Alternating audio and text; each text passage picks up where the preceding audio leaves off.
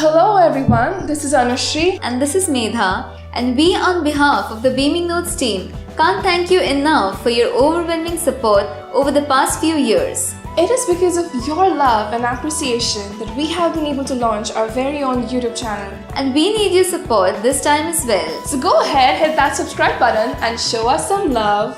And now, let's head over to the video. Hello everyone and welcome to Beaming Notes. And in this video, we're going to take a look at the solved questions of Ranga's marriage. A story by Masti Venkatesha Iyengar. Solved questions. Solved short questions. What reason does the narrator give for calling his narration Ranga's marriage? The narrator in the beginning of his narrations explains to his readers that although he could have given a more mouth-filling name to his story rather than calling it Ranga's marriage, for example like Ranganatha Vivaha or Ranganatha Vijaya, but the story is about someone he is close to, his Rangappa, who was born and brought up in his beloved village Hosahalli. And it is indeed the story of his wedding. The word marriage gives a personal touch and also serves to reminisce the Western influence which Ranga went under when he was sent to Bangalore for studying. What does the writer say about the Indians aping the West? According to the narrator, the English language, which was earlier not very prevalent in his small humble village, has now become a priceless commodity that everybody wants to behold. He is not very happy about the fact that these English-speaking people defiling their mother tongue and bringing foreign words into the daily life communication. He is also disappointed at the fact that Indian geographers, instead of correcting the mistake of English Sahibs, who did not bother to put their beloved village on any map, they are blindly following their so-called greatness. Ranga and Ratna were both very fond of the narrator. Justify. The narrator, known as Shama, was single-handedly responsible for the pairing of Ranga and Ratna, which culminated into their marriage. So they were very fond and grateful to him and thus had named their child after him. What kind of bride was Ranga looking for? Why? Upon returning from Bangalore after completing his studies, Ranga had deterred from the traditional concepts of arranged marriage that was prevalent among his fellow villagers. He wanted to marry a mature girl who was mature enough to comprehend his words and not misunderstand them. He even gave example of Kalidasa's play where Dushyantha fell in love with Shakuntala, who was very mature, thus making him convinced that he could only marry a girl he could admire. Explain. The fellow said he would leave, but he did not move. After Ranga had entered the rooms, raptured by Ratna's singing, but on seeing him, Ratna abruptly stopped her singing. Seeing that Ratna was uncomfortable to sing in Ranga's presence, he offered to leave, but Ranga was too enamored by her and he didn't move. Explain. There's greater truth in that shastra than we imagine. Ranga saw that Shastri could accurately predict the reason behind his sore heart, that it is a girl, no other than the lovely Ratna. Ranga was convinced that Shastra had great knowledge hidden in them which could solve all mysteries. Solved long questions. The narrator pays a glowing tribute to his village, Hosahalli. What does he say?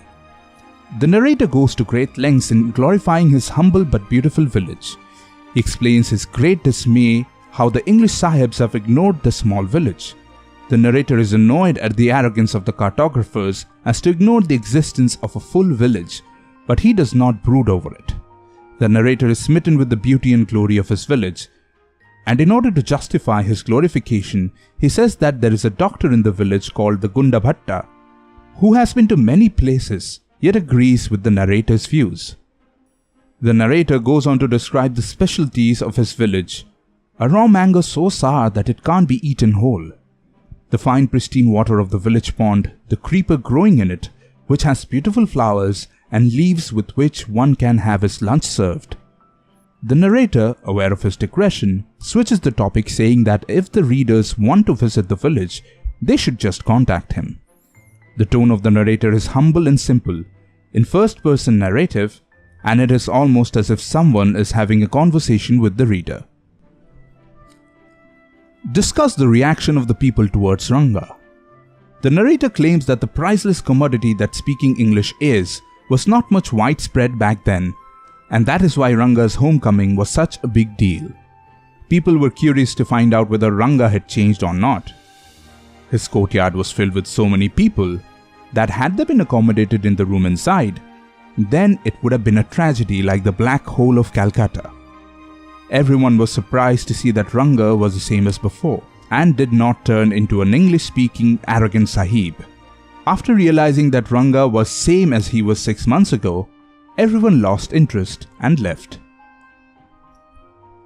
Astrologers' perceptions are based on hearsay and conjecture than what they learn from the study of the stars. Comment with reference to the story. Astrology is a business like any other and most of the times used to deceive people. There is very less genuine effort in the interpretation that is reached and is mostly deduced out of common sense and power of observation and conversations that happen around. An example of this, Shastri in the story, who claims that his shastras are powerful and mighty beyond the normal human perception. But we see him acting on Shama's plan in order to pair up Ranga and Ratna. And in this, his shastra did not have any role, but when confronted, he denies that, saying he developed on the hints and the shastras indicated it. But the reader can very well conclude that Shastri had no merit of his own, and he could not have done anything to pair Ranga and Ratna without Shama's help. Indian society has moved a long way from the way marriages were arranged in the story. Discuss. The story is written in the early 19th century, and back then child marriages were prevalent and in custom, but they have been banned long now. On the other hand, although day by day newer generations are embracing love and marrying people whom they admire, there is still a huge prevalence of arranged marriages in India, although people have become more lenient and are accepting and adapting to the new ways, finding the need of matchmakers like our narrator less and less every day. So, did you find the video helpful? If so, please don't forget to hit that subscribe button and continue to encourage us more to deliver more such poem analysis and English language tips to help you to get set and ready for your examinations. All the best.